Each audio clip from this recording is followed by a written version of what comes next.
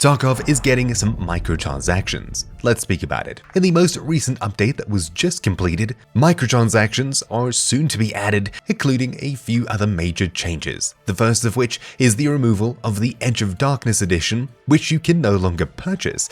If you already own it, then you'll continue to own it and of course get all of the benefits that come from it. But new players will no longer be able to purchase this edition, leaving them with only Standard, Left Behind, and Prepare for Escape. EOD is no longer available for purchase. It was previously on sale for the past few months for a greatly reduced price, but if you missed that, it's pretty much gone forever now. But the improvements that we get from it are coming in a slightly different way.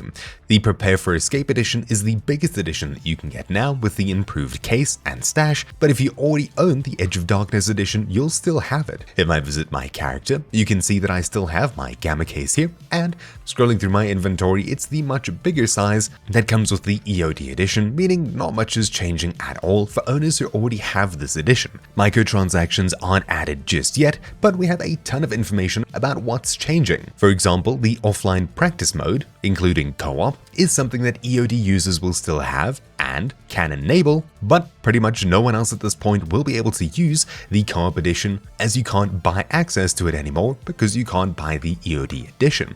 However, this is one of the first microtransactions that we can expect in Tarkov, buying the ability to play this practice mode in co-op, whereas you'll only really be able to play it solo otherwise. If you have the EOD edition, you'll still have access to it. Also, another thing, if you bought EOD, you got given access to the Escape from Tarkov Arena.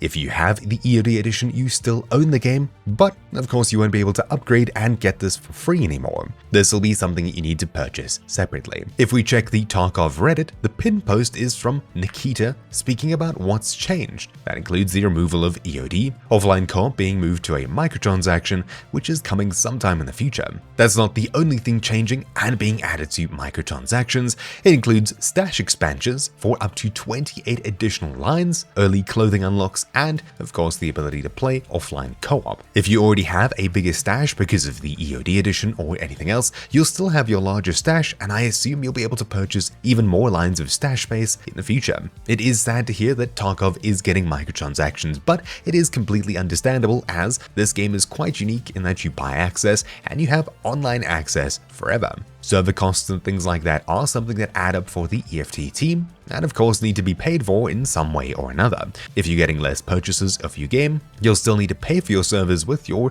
dwindling income. So microtransactions are something that we can expect to be added to Tarkov, and well, now they have been. At least there'll be no in-game money, items, weapons, gear packages, and so on, no boosters either. This is great to hear, as pay-to-win transactions aren't being added to Escape from Tarkov, and the closest thing that we get to a pay-to-win is the biggest stash size. But to be honest, if you already have one of the larger editions, you're probably not running out of stash space anytime soon.